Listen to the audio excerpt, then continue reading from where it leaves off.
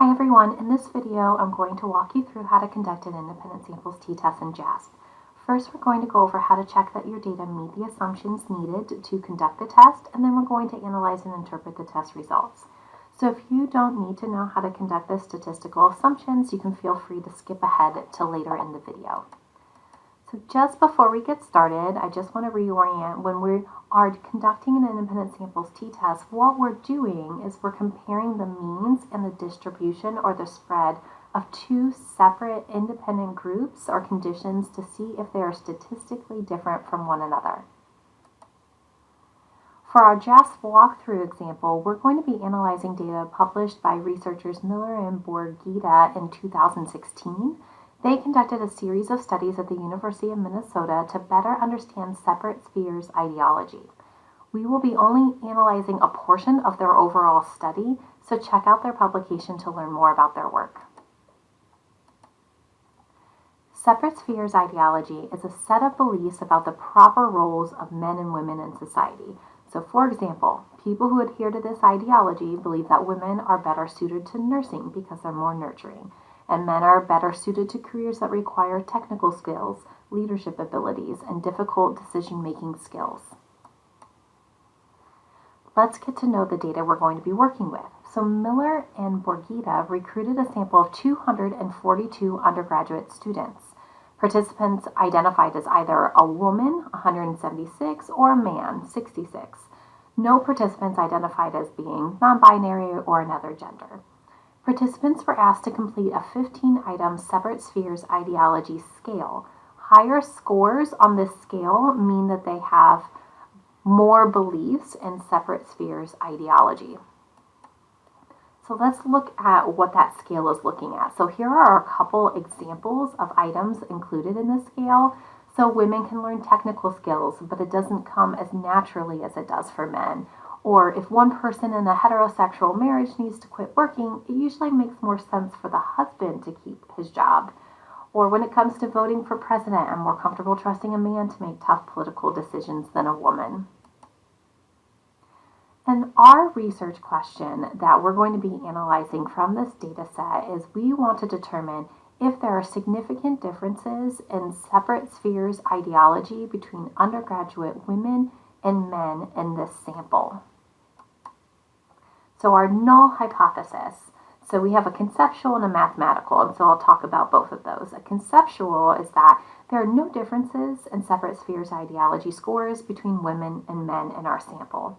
Mathematically, what that means is that the mean score for women is equal to the mean score for men. Our M1 equals M2. For our alternative hypothesis, conceptually what we're saying is that there are differences in separate spheres ideology scores between women and men in our sample. Mathematically, what that means is that the mean score for women is not statistically equal to the mean score for men. So mean 1 does not equal mean 2. Before we can run an independent samples t-test, we have to make sure our data are appropriate for this analysis. To do that, we have to meet 6 overall assumptions. We're going to go through each of these. So the first assumption is that our independent sample is dichotomous, meaning we only have 2 groups, and that it's nominal, meaning that it's categorical or separated into groups. For this, we meet that assumption. For the data, the researchers divided the group into women and into men, and they do not overlap. Our second assumption is that our dependent variable, that separate spheres ideology, must be continuous or measured at the interval or ratio level. Participants rated all 15 items on a 7-point Likert scale that was used to create an overall scale average for each participant. In psychology, we generally treat Likert scale data as continuous, so we're going to say that we meet this assumption. Our third assumption is that participants in both groups are different or unrelated to one another. In this example, we need the women to be independent or separate from the men in the sample, meaning no participant can be in both groups and no participant should be connected to anyone in the comparison group. We meet this assumption. We need to move to opening our data up in JASP to check the remaining 3 assumptions that we have to check. So let's go analyze our data. So I've opened up our data set in JASP. I want to just point out a couple things. So we can see here we have two columns. One is our separate spheres ideology variable, and the other one is our gender variable. So you can see with separate spheres ideology, we have a little ruler. If you click on that, what that is telling you is that this is a scale level variable. It's measured at the interval or the ratio level. And here when we click on gender, you can see it has 3 circles. And when you click there, it shows that that's a nominal level variable, meaning that it's categorical. So we are happy with both of these. Again, it's just confirming that we meet those assumptions. But also, it can also tell you if you click on gender that woman is the value of 0, man is the value of 1 in this particular data set. So to move forward to check our assumptions, we're going to go up here to descriptives. And what we want to do is we want to move this separate spheres ideology variable into our variables box. And we're going to move gender down here to the split. So you can click on it and hit the arrow, or you can drag this variable there. Either way is going to work. A couple of different things that we want to click on down here. We're going to click on skewness and kurtosis. So when we're looking at skewness and kurtosis, in my classes, we want to look for variables that are between a -2 and a +2. Some people will also look at the Shapiro-Wilk test. I find that when you have samples that are larger than 50 or so, and we have a sample of 242 altogether, that we have too much statistical power, and the Shapiro-Wilk tends to be significant, which we don't want with that test. So it will tell you that your data are not normal when oftentimes they look more normal. And so I don't use that particular test when I have larger sample sizes. Other ones that you can click on, if you can click down here to basic plots, you can look at distribution plots if you would like to. You can also look at QQ plots. Statisticians like to use those as well. You can also click down to customizable plots. What we care about here is we're going to click on box plots. We're also going to click on label outliers. And this will tell us if we meet that other assumption that we have no outliers in our data set. And if you continue to move down, you'll see that you also have this option down here of creating frequency tables, which can be really helpful depending on the studies that you're doing. So now that we have that information, I'm going to click on this so I can make this screen just a little bit bigger. So if we look up here at our descriptive statistics table, we have separate spheres ideology descriptive statistics for women and for men in this sample. What we are looking at here is we want to see is the skewness values between -2 and +2, and are our kurtosis values between -2 and +2. So skewness for women is 0.114, skewness for men is -0.56. Both of those values are between -2 and +2. We are happy. With kurtosis, our women kurtosis value is -0.758. Our men is 0.375. Again, both those values between -2 +2. We are happy with those. So in terms of do we meet the assumption of having normally distributed data, we would say in this case, yes, we meet that assumption. Other things that you can look at and that some people will look at are these distribution plots. Ideally, you want it to look somewhat like the men's curve here, where you have like a normal curve that you can visually draw through there with your eye. You can see here with the women, we don't have as pretty of a distribution, but again, skewness and kurtosis tell us we don't really need to worry about those. And you can also look at these QQ plots. You want them to be, the dots and the data points to be as aligned with that line going up as possible. And this last thing that we want to check here are the box plots. So box plots, what we use this for is to see, do we meet that assumption of having no outliers in our data? So when we look at women, we see on this box plot that we don't have any data points labeled outside of the whiskers. So the whiskers is this point here and this point up here. So nothing up here, nothing down here. So we meet this assumption. For the men, when we come over here, we can see right away outside of this bottom whisker here, we have 2 participants that were outliers in this data set. So participant number 158 and participant number 217. So with this, whenever we have outliers, we want to ask ourselves a couple questions. So is there a data imputation error? Is there a measurement error of some sort? Most of us who are doing survey research are using Qualtrics or SurveyMonkey or some other online database where that's not going to happen to us. Other times that, and other things that we'll consider is, was this person randomly responding? Is this, or did they complete the survey too quickly? Did they actually even read the questions? Or those are things that Miller and Borgita would have checked for when they were doing their data cleaning. So we're going to assume that this is real data. And when you do that, one of the things that I tend to defer to as a researcher myself is I will run the data with the outliers, I'll run the data without the outliers, and I'll make sure that there are no differences. Just spoiler alert, I can tell you there are no differences here. So I've run this data with and without, and so we're going to go ahead and move forward with those outliers in there. And if you're reporting this, you would just know, hey, I had 2 outliers in this data set. So now we're going to move forward to actually running our t-test. That's where we check for our last and our 6th assumption. So we're going to go up here to t-test. We're going to click on independent samples t-test.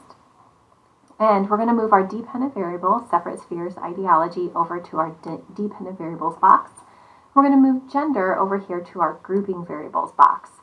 So a couple things that we want to click on underneath here is we want to make sure that we have the equality of variances. We want to be able to check for that last assumption to make sure that we have equality of variances or homogeneity of variances. And you can see there are 2 options here. There's the Brown-Forsyth and there's also the Levine's. We're going to click on Levine's and make sure that that's the one we're checking. Nothing wrong with the other one, it's just this is the one that we prefer in this class.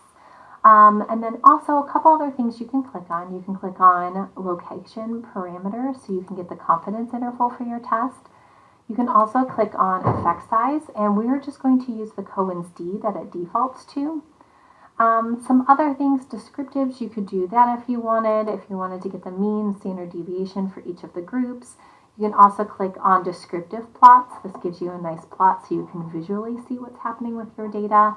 And there are also some other really fun things you can click on down here. You can get fun rain cloud plots if you want to see the distributions, to be able to compare the distributions between your 2 groups. So let's go ahead and start working our way through this output here. So we're going to start here with our assumptions check because we have one more assumption we need to check for. So in terms of do we have equality of variances, we're looking at the Levine's test. What we care about is this p-value right here. So in general, when we're checking assumptions, we don't want it to be significant. So meaning we want that p-value to be greater than 0.05. If it's greater than 0.05, we meet that assumption. If the p-value or probability value is less than 0.05, we do not meet that assumption. So you can see here we have a p-value of 0.06. That is greater than 0.05. Not by a lot, but it is. So we can say we meet this assumption. Great. So now we've worked our way through all 6 assumptions. Now let's actually look at our output. When I'm working with students, I often say, let's look at our descriptives plot first, because what it does is it gives you a nice kind of visual of the data and it helps you understand what's happening. It doesn't tell you, is there a statistical difference between these? We have to look at our output to see that. And it also doesn't tell us, is it a meaningful difference between these 2? But it can help us understand what's happening. So if we look here, this is the mean, and this is giving us the error bars or the confidence between around those means. So here for women, you can see this is their separate spheres ideology score, and these are the bounds there. And then we go up here for men, we have this is their mean, and this is their confidence interval or their error bars around there. And so one of the things that I look at when I am doing this is there an overlap between these bars? And we don't see one here. It doesn't tell us for sure that there's a significant difference, but it makes it a lot more likely that we're going to find a significant difference if there's no overlap between those. And also, just by eyeballing this, we can see that men score higher in separate spheres ideology, meaning that they think that they're more likely to think, rather, that women are more suited to certain skill sets and tasks than men are, for example, or vice versa. So they would be more likely to say that women are nurturing and should be like teachers or nurses. And they are more likely to, stay home and maybe take care of the kids, those kind of items that we looked at earlier. And women are scoring lower than the men, meaning they hold less of those beliefs. So now we can look at the rain cloud plots. These are just kind of fun to look at. So you can see this is the distribution for women, it's pretty spread out. This is the distribution for men. You can see that they're more clustered right in here, but we have a couple all the way up here, we have a couple all the way down here. And we can look at these distributions. So this is our distribution for men. We can see it peaks right there. And then for women, it's more spread out. So we can see that this is a lot flatter. So that's just giving us a visual of what our data look like. Now, are our data significant? Is there a significant difference? To know the answer to that, we need to go up here to the independent samples t-test results. So we're going to look at this p-value right here. This p-value says less than 0.001. So in general, at least in psych, when we are trying to determine do we have a significant difference and we're making that determination based off of a p-value, we want it to be less than 0.05. This is less than 0.05. It's less than 0.001. It means that the probability of observing this large of a difference by chance is pretty small. And so we would say that there is absolutely a statistically significant difference between the means for separate spheres ideology for the women and for the men. And looking at the means down here, we can see the mean for women is significantly lower than the mean for men in this sample.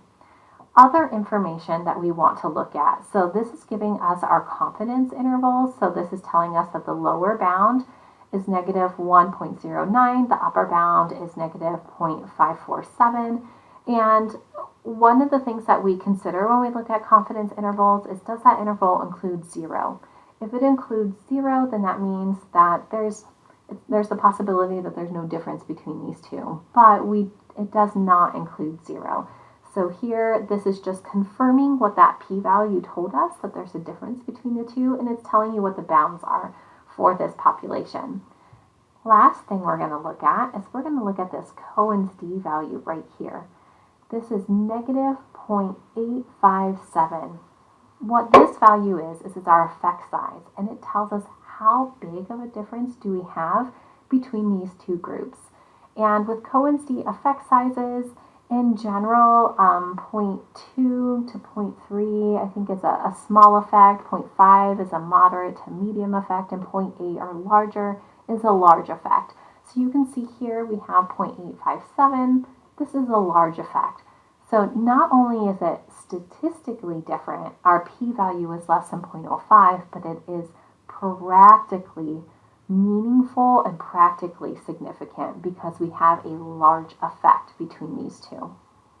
So if you were going to report these in APA format, let's go through how you would write that up really quickly. This is the general format that you use for reporting independent samples t-tests in APA format. So you see we have our t, degrees of freedom in parentheses, the t-statistic, our p-value, and our Cohen's d. You can also add the confidence interval, and I'll show you how to do that as well. So a general rule for reporting things in APA format is that all of your letters are going to be italicized. So here we have our lowercase t, and we're going to put the degrees of freedom in between these parentheses. And we'll get that from this table here. So you can see it's labeled degrees of freedom. Degrees of freedom is 240. So that is what we're going to put right in here. And next, we're going to put in or plug in our t-statistic. So if we go over here to our independent samples t-test table, we can see t is negative 5.940. So another general rule with APA format is that we only want to go out 2 decimal places. So here we're going to go ahead and clear that, and we're going to put in negative 5.94 because, again, we're only going out 2 decimal places. And then next we're going to put in our p-value. So our p-value here is less than 0.001. So I told you, general rule, only 2 decimal places. The only exception to that rule is with p-values. So if you have a p-value that's less than 0.001, you're going to write 0.001 there. And next we're going to plug in that Cohen's d statistic. That we're going to get from right here. Again, going to this table, Cohen's d is negative 0.857. Since we're only going out 2 decimal places, we're going to round that to 0.86. So plug that in here. It's a negative 0.86. And lastly, we can put in our 95% confidence interval. And so you'll write that 95% confidence interval. You're going to put a bracket, and you're going to put the lower interval first. So negative 1.09. And then you're going to put a comma, and then you're going to put the upper interval. In this case, it's negative 0.547. So we're going to round that to negative 0.55. And then we're going to close the bracket. So this is how to report your results in APA format. We have our T, degrees of freedom, T statistic, p-value. We have our effect size, the Cohen's d, which is large. And we also have our confidence interval. And so in general, with the results of this test, we have gone through, we found that there is a significant difference between men and women. And when we look at our results here, we can see it matches with what we saw, that men had significantly higher separate spheres ideology scores than women. But another thing that I think is important to point out, and our effect size said that that difference is large. However, when you look down here at this rain cloud plot, and this is something that's important to consider, is that when we look at overlap between the distribution for the men in this sample and the women in this sample, when you look here, this is the overlap between the two. So even though we had a portion of the men that were significantly lower than the women, and higher than the women, and women who were scoring significantly lower than the men, we also had this big group right here where they overlapped, where women and men had the same level of separate spheres ideology. So with any of these types of tests, always keep that in mind. We are finding, are there statistically significant enough difference between the groups? In this case, the answer was yes, but also we can see that there's some similarities between people that are in both of those groups. So thank you so much for tuning in. If you have more questions or you want to see more examples, I'm going to put some links to additional resources down in the video description.